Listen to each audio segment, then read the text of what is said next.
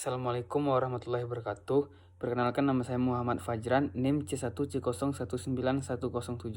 Di sini saya akan menjelaskan materi tentang penggunaan sistem manajemen biaya untuk efisiensi dengan dosen pengampu Bapak Juliusman SE MSI AKCA.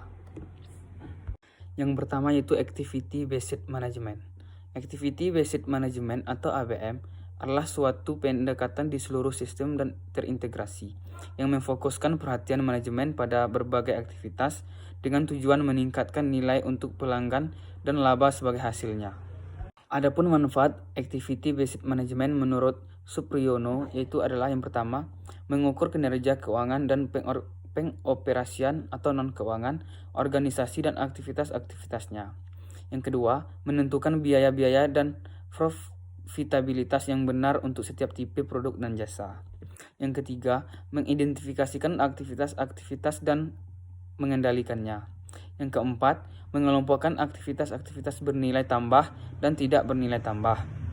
Yang kelima, mengefisiensikan aktivitas bernilai tambah dan mengeliminasi aktivitas-aktivitas tidak bernilai tambah.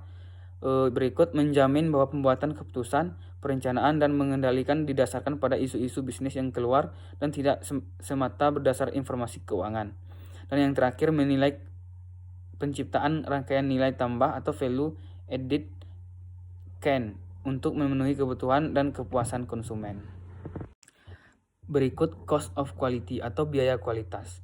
Menurut Bambang Haryadi, mendefinisikan biaya kualitas yaitu biaya atas aktivitas-aktivitas yang dilakukan untuk menghindari suatu produk atau jasa dari kualitas jelek yang mungkin ada.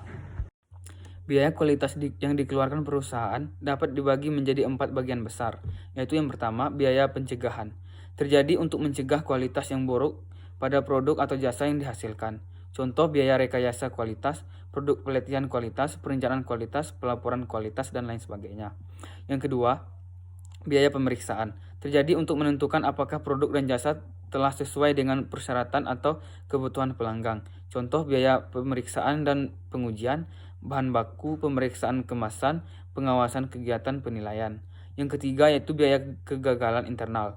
Terjadi karena produk dan jasa yang dihasilkan tidak sesuai dengan spesifikasi atau kebutuhan pelanggan. Ketidaksesuaian ini terdeteksi sebelum dikirim ke pihak luar. Contoh, sisa bahan, pengerjaan ulang, dan perubahan desain. Yang keempat, biaya kegagalan eksternal. Terjadi karena produk dan jasa yang dihasilkan gagal memenuhi persyaratan atau tidak memuaskan kebutuhan pelanggan setelah produk sampai ke tangan pelanggan. Contoh, retur dan potongan penjualan karena kualitas produk buruk. Berikut adalah just in time. Sistem produksi tepat waktu atau just in time adalah suatu sistem produksi yang dirancang untuk mendapatkan kualitas, menekan biaya, dan mencapai waktu penyerahan seefisien mungkin dengan menghapus seluruh jenis pemborosan yang terdapat dalam proses produksi sehingga perusahaan mampu menyerahkan produknya, baik barang maupun jasa, sesuai kehendak konsumen tepat waktu. Just in time mempunyai 4 aspek pokok. Yang pertama, semua aktivitas yang tidak bernilai tambah terhadap produk atau jasa harus dieliminasi. Yang kedua, adanya komitmen untuk selalu meningkatkan mutu yang lebih tinggi. Yang ketiga, selalu diupayakan penyempurnaan yang berkesinambungan dalam meningkatkan efisiensi kegiatan. Yang keempat, menekankan pada penyederhanaan aktivitas dan meningkatkan pemahaman terhadap aktivitas yang bernilai tambah. Berikut adalah Lean Production and Accounting. Lean Production adalah praktik produksi yang mempertimbangkan segala pengeluaran sumber daya yang ada untuk mendapatkan nilai ekonomi terhadap pelanggan tanpa ada pemborosan.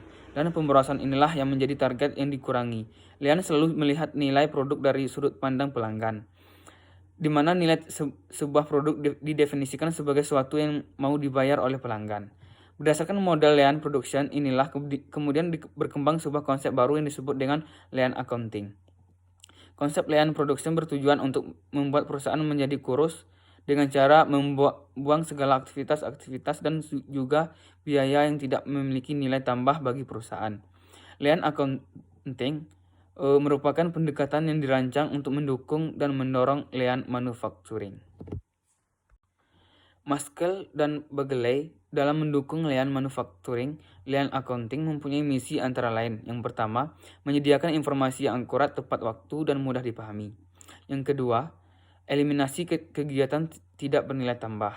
Yang ketiga, patuh pada prinsip akuntansi berterima umum, regulasi, pelaporan ekstern, dan persyaratan pelaporan internal.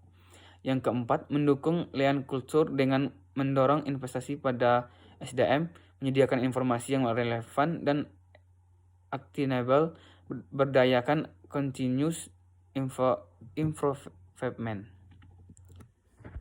Mungkin sekian penjelasan dari saya. Apabila terdapat kesalahan, saya mohon maaf. Saya akhiri dengan wassalamualaikum warahmatullahi wabarakatuh.